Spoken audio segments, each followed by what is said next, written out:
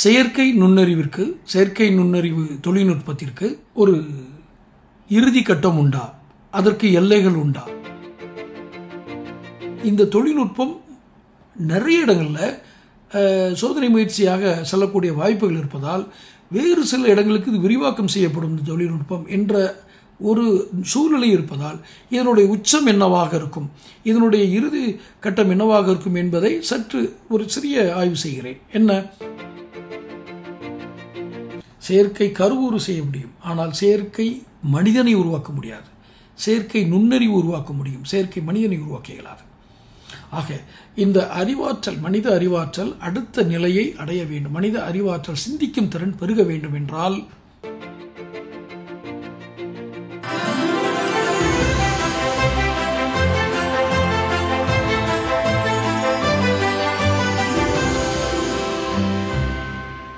வணக்கம் தமிழகம் டைம்ஸ் நேயர்களே.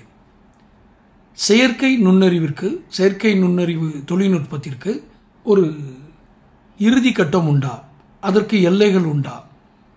எந்த ஒரு தொழில்நுட்பமும், எந்த ஒரு கருவிகளும், எந்த ஒரு உயர்ந்த தொழில்நுட்பங்களும் ஒரு இறுதி கட்டம் அல்லது ஒரு வரையறையை போய் நோய் நீக்கும். அதுபோன்று ஏஐ தொழில்நுட்பத்திற்கு, அந்த செயற்கை நுண்ணறிவு தொழில்நுட்பத்திற்கு ஒரு எல்லை இருக்கிறதா? ஏன் இந்த கேள்வி வருகிறது என்றால், மருத்துவத்துறையில், ஆசிரியர் துறையில் இரண்டிலும் இவை நுழைந்து விட்டது. அறுவை சிகிச்சைகளை ரோபோட் செய்கிறது. நான் அந்த காட்சிகளை பார்த்திருக்கிறேன். கேரளாவில் ஒரு பள்ளிக்கூடத்தில் ஏஐ தொழில்நுட்பம் கொண்ட ஆசிரியர் பணியில் அமர்த்தப்படுகிறார், ஒரே ஒரு வகுப்பிற்கு. அது ஒரு சோதனை முயற்சி தான், இருந்தாலும் நுழைந்து விட்டது. சோதனை முயற்சி என்று அதற்கு பெயரிடுவதற்கு காரணம் இறுதி வடிவத்தை நெருங்கிவிட்டது என்றுதான் அர்த்தம்.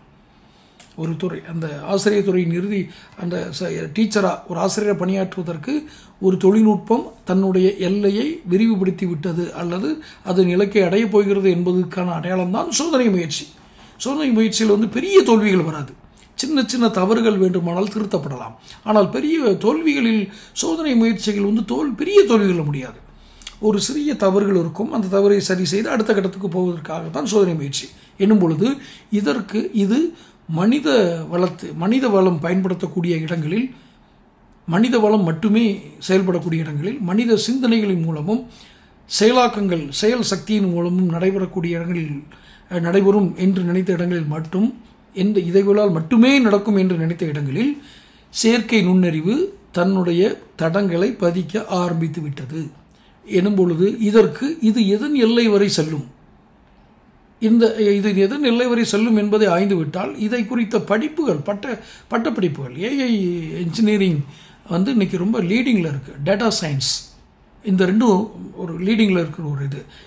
எப்போதுமே மக்களிடம், சாமானிய மக்களிடம் ஒரு குணாதிசயம் உண்டு. என்னவென்றால், எந்த தொழில்நுட்பத்திற்கு அதிக மதிப்பு, அதாவது வருவாய் ஈட்டக்கூடிய அதிக மதிப்பு இருக்கிறதோ அந்த தொழில்நுட்பத்தை நோக்கி, அந்த தொழில்நுட்ப படிப்புகளை நோக்கி வெகு திரளான மக்கள் செல்வார்கள். அப்போவே அதுக்கு போதுமான அளவுக்கு மேலே மனித வளம் கிடச்சிரும் அந்த தொழில்நுட்பத்துக்கு. அதுக்கப்புறமும் அதை நோக்கி ஈர்க்கப்பட்டு போகிறவர்களுக்கு அந்த வேலை வாய்ப்பு கம்மியாயிரும். அப்படி நடந்தது தான் இன்ஜினியரிங் படிப்பு தன்னுடைய மதிப்பை, அதனுடைய சுய மதிப்பை ஏன் இழந்தது என்றால், அதை நோக்கி படையெடுக்கும் மக்களுடைய எண்ணிக்கை அதிகமாகவும் கல்லூரிகள் அதிகமானது. தரமான பயிற்றுவிக்கும் திறன் கொண்ட கல்லூரிகள் மிக குறைவாக அடைந்து விட்ட. அப்படி தான் இருக்க முடியும். எல்லா இடத்துலையும் எல்லா இதுவும் வந்துட முடியாது. காரணம், அதற்கு பல காரணங்கள் இருக்குது. ஈக்குவேஷன்ஸ் இருக்குது, பொருளாதாரம் இருக்குது, பணம் பின்னணி, எல்லா பின்னணிகளும் இருக்குது. அப்போ அதில் அப்படி தான் அது நடக்கும். அதுபோன்று ஏஐக்கென்று ஒரு வரையறை இருக்கிறதா என்பதை நாம் இப்போதை தீர்மானித்து விட்டால், இதுவரைக்கும் எத்தனை பேர் போயிருக்காங்க, போட்டோம், அதை தாண்டி வேறு ஏதாவது நம்ம வேறு ஒரு தொழில்நுட்பத்தை நாட்டி நாம் செல்லலாமா என்ற ஒரு சிந்தனை நமக்கு உருவாகும். அதனாலும் மேலும் இந்த தொழில்நுட்பம் நிறைய இடங்களில் சோதனை முயற்சியாக செல்லக்கூடிய வாய்ப்புகள் இருப்பதால் வேறு சில இடங்களுக்கு இது விரிவாக்கம் செய்யப்படும் இந்த தொழில்நுட்பம் என்ற ஒரு சூழ்நிலை இருப்பதால் இதனுடைய உச்சம் என்னவாக இருக்கும், இதனுடைய இறுதி கட்டம் என்னவாக இருக்கும் என்பதை சற்று ஒரு சிறிய ஆய்வு செய்கிறேன். என்ன? இப்போ இந்த வாரம் ஏஐ தொழில்நுட்பத்தை குறித்து நிறைய எந்தெந்த டிபார்ட்மெண்ட்டெல்லாம் ஏஐ வந்துச்சுன்னா இப்படி இருக்கும் அப்படின்னு இந்த வாரம் நிறைய வீடியோக்கள் என்னுடைய சேனலில் போட்டிருக்கேன். நீதித்துறை, காவல்துறை, நீதிமன்றம், மருத்துவத்துறை, ஆசிரியர் துறை, எல்லாத்துலேயுமே இதனுடைய தாக்கங்கள் எப்படி இருக்கும் அப்படின்னு ஒரு சின்ன ஆய்வு. ஒரு சிறிய நான் புரிந்த வரையில் உள்ள ஆய்வுகளை தான் செஞ்சுருக்கேன். அப்படிங்கிறப்போ இதனுடைய எல்லை எதுவரை இருக்கும் அப்படிங்கிறதுக்கு ஒரு உதாரணம் சொல்கிறேன். மனித சிந்தனையினுடைய துணை பிரிவு தான் இந்த செயற்கை நுண்ணறிவு. பாருங்கள், அறிவு நுண்ணறிவு என்ன வித்தியாசம் தெரிஞ்சுக்கிட்டிங்கன்னா, இந்த செயற்கை என்பது மட்டும்தான் இதில் கொஞ்சம் அடிஷ்னலாக கூடுதலாக சேர்க்கப்பட்ட வார்த்தை. மற்றபடி நாம் அறிவு நுண்ணறிவு ரெண்டை குறித்தும் கேள்விப்பட்டிருப்போம். புரிந்திருந்தோமா? அறிவு என்ன?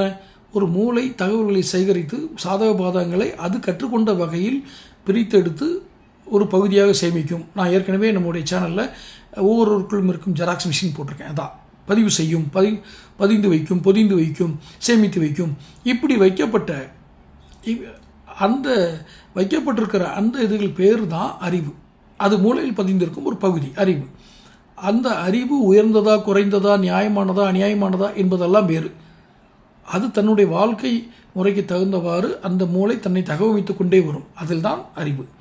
இதிலும் நுண்ணறிவு, அதாவது ஒரு நிகழ்வை சரி இதனால் நன்மை தீமை நடக்கும். சாலையில் ஒரு சாலையில் நாம் இடதுபுறமாக தான் வாகனங்களை ஓட்டி செல்ல வேண்டும், நடந்து செல்ல வேண்டும் என்பது சாலை விதி. வலதுபுறம் வந்தால் என்ன ஆகும் அப்படிங்கிறது நுண்ணறிவு. வலதுபுறம் வந்தால் விபத்து நிச்சயம். எப்படி விபத்து நடக்கும்? ஒருவேளை வலதுபுறம் தான் வர வேண்டிய கட்டாயம் நமக்கு ஏற்படுது, ஏதோ தவிர்க்க ஏதாவது சூழல் ஏற்படுத்துனா அங்கே எப்படி விபத்து ஏற்படாதாமல் நம்ம நடக்க முடியும் அல்லது வாகனத்தை இயக்க முடியும்? இதுதான் நுண்ணறிவு, செயற்கை நுண்ணறிவு அப்படின்னு சொல்கிறாங்க. இந்த செயற்கை நுண்ணறிவு என்ன? இது போன்ற அறிவு என்பது எதையெல்லாம் செயல்படுத்துமோ அதிலும் மைக்ரோ லெவலில் பதிவு பண்ணி அதை மின்னணுவாக மாற்றி அதை பயன்படுத்தி இயந்திரங்களில் பயன்படுத்தி மனித இயந்திரங்கள் வரை ரோபோட் என்று சொல்லப்படக்கூடிய மனித இயந்திரங்கள் வரை பயன்படுத்தி மேக்சிமம் ஆக்குபை பண்ணிடுச்சு. முடிவு என்னவார்? இப்போ அறிவு செயல்படுற விதங்கள், உங்களுடைய அறிவாளித்தனம், உங்கள் அறிவு செயல்படக்கூடிய எல்லைகள் விரிவடையும் பொழுது இது தன்னுடைய தன்மையை இழக்கும். எது? நுண்ணறிவு, செயற்கை நுண்ணறிவு. காரணம், ஒவ்வொரு கட்டத்திற்கும் இந்த அறிவு ஏற்படுத்தும் பின்விளைவான நுண்ணறிவுகளை குறித்த ஆய்வு நடந்து கொண்டே இருந்தால் மட்டும்தான் இது செயற்கையாக ஆக்கப்பட்டு இயந்திரங்களில் பொருத்தப்படும்.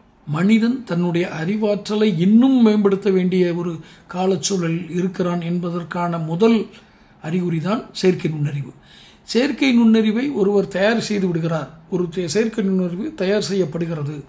இப்பொழுது ஒரு பாடகி, மறைந்த இளையராஜாவினுடைய மகள் பவதாரிணி, இலங்கையில் மறைந்த அந்த பாடகியினுடைய குரலில் வேறொரு பாடகி பாடுகிறார். அவர் பாடுவது இவர் குரலில் அவர் பாடுவதை போல ஒரு ஏஐ தொழில்நுட்பம் செய்யப்பட்டிருக்கிறது. சரிதானே? பாடினது வேற, ஆனால் குரல் வேறு.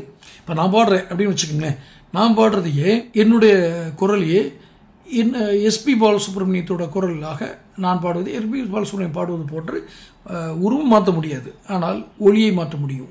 உருவத்தை மாற்ற முடியாது, ஒளியை மாற்றிடலாம், சவுண்டை மாற்றிடுறாங்க. இதே தொழில்நுட்பம் வந்து விட்டது. ஒருவேளை நான் இப்போது பேசிக்கொண்டு இருக்கிறேன், நான் பேசுவது ஐயா மறைந்த தமிழ்கடல் நெல்லைக்கண்ணன், என்னுடைய பேராசின்னு வச்சுக்கோங்களேன், ஐயா மறைந்த தமிழ்கடல் நெல்லைக்கண்ணன் அவர்கள் பேசுவது போன்று நான் என்னுடைய உடல் அசைவுகளை மாற்றி, என் உருவம் மட்டும் அப்படி இருக்கு, உடல் அசைவுகளெல்லாம் அவருடைய உடல் மொழி போல மாற்றி அவர் பேசுவது போல என்னுடைய பேச்சுகளை மாற்றும் செயல்கள் சாத்தியம் இப்போது என்ற பொழுது, அப்போது இன்னும் இது சாத்தியம் அப்படின்னா இதுதான் இதுவரைக்கும் நடந்த அறிவினுடைய உச்சம், பேச்சு கலையினுடைய உச்சம். ஐயா தமிழ்கடல் நெல்லைக்கண்ணன் அவர்களுடைய பேச்சுரை தான் பேச்சு கலையினுடைய உச்சமாக இதுவரை கருதப்படுகிறது. ஒரு பேச்சாற்றல் என்றால், அதாவது இலக்கியம், வெகுஜன பேச்சு என்று ஒரு துறை வரும்பொழுது ஐயா நெல்லைக்கண்ணனுடைய பேச்சு உச்சமாக இருக்கிறது. ஐயா புதுமை பித்தன் போன்று நீங்கள் சிறுகதையை எழுத இயலுமா? இதை ஏஐ தொழில்நுட்பம் நிறைவு செய்யுமா என்றால் இல்லை. ஏனென்றால் அது புதுமை பித்தன் ஐயாவினுடைய அறிவின் உச்சம்.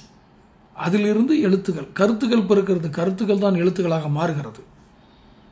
இந்த கருத்துக்கள் எழுத்துக்களாக மாறும் இந்த எழுத்தாற்றல் இருக்கிறது அல்லவா, இதில் ஏஐ தொழில்நுட்பம் வருவது கடினம். காரணம், எழுத்தாற்றல் மாறிக்கொண்டே இருக்கும். எழுத்தாற்றல் மாறுதலுக்குட்பட்டது. அந்த ஆற்றல், எழுதுகின்ற ஆற்றல் பிறக்கின்ற அறிவு சக்தி, அறிவுத்திறன் இருக்கின்ற இடத்தில் இருந்து தான் அந்த எழுத்தாற்றல் பிறக்கும். அந்த இடங்கள் மாறிக்கொண்டே இருப்பதால், அந்த திறன்கள் மாறிக்கொண்டே இருப்பதால் ஏஐ தொழில்நுட்பத்தால் அதை நிறைவு செய்ய இயலாது. காரணம், அதிலிருந்து நுண்ணறிவு பெற இயலாது. ஆனால் பேச்சு என்பது ஒரு வடிவத்திற்கு ஐயா தமிழ்கடல் நெல்லைக்கண்ணனுடைய பேச்சு என்பது ஒரு வடிவமாக எடுக்கப்பட்டு அதிலிருந்து நுண்ணறிவு பிரிக்கப்பட்டு அந்த நுண்ணறிவு செயற்கையாக மாற்றப்பட்டு செயற்கை நுண்ணறிவாக வருகிறது.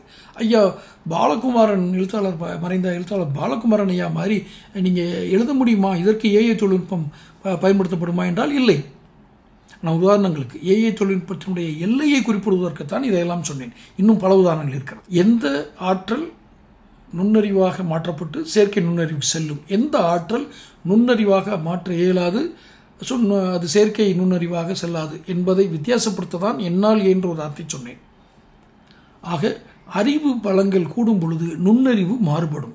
நுண்ணறிவுகளிலிருந்து தான் செயற்கை நுண்ணறிவு ஏற்படுத்தப்படும். நுண்ணறிவு தான் செயற்கை நுண்ணறிவாக மாறுகிறது.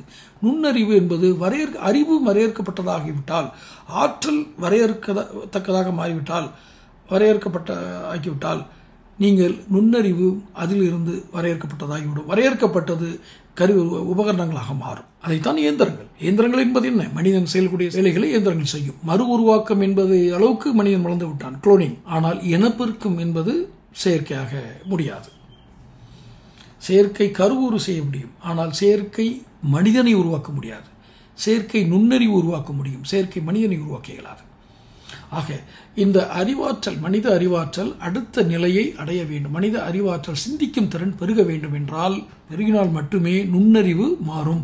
நுண்ணறிவுகள் மாற மாற செயற்கை நுண்ணறிவு காலாவதியாகும். நான் சொல்வது புரிந்திருக்கும் இவ்வளவு நேரம் பேசினதில்.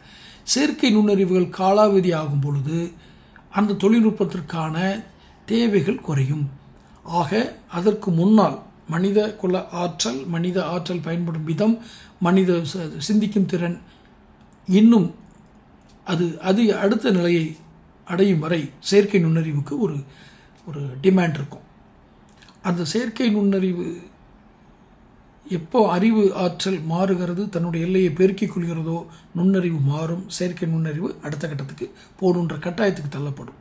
நான் அதை எட்ட இயலாத இடங்களை இது கூறினேன். அதுபோல அவன் அளவிற்கரிய ஆற்றலை, மனித ஆற்றல்கள் பெருகும் பொழுது செயற்கை நுண்ணறிவு தன்னுடைய காலாவதியாகும் நிலை வந்துவிடும். அதுவரை செயற்கை நுண்ணறிவுக்கு டிமாண்ட் இருக்கும், அதாவது தேவை இருக்கும். அப்போ செயற்கை நுண்ணறிவுகள் மாற்றத்துக்கு உட்பட்டது. அப்போ அறிவு மாற்றத்துக்கு உட்பட்டால் நுண்ணறிவு மாற்றத்துக்கு உட்படும், நுண்ணறிவுகள் மாற்றத்துக்கு உட்பட்டால் செயற்கை நுண்ணறிவு மாற்றத்துக்கு உட்படும். இதனுடைய காலாவதியாகும் தன்மை, அதனுடைய எல்லைகள், செயற்கை நுண்ணுடைய எல்லைகள் இவைகள் தான். தொடர்ந்து நம்முடைய சேனல் பாருங்கள், சேனலில் மெம்பர் ஆகுங்க, நோட்டிஃபிகேஷன் பெல் பதிவு பண்ணுங்கள், சப்ஸ்கிரைப் பண்ணுங்கள், தொடர்ந்து வீடியோக்கள் பாருங்கள். நன்றி, வணக்கம்.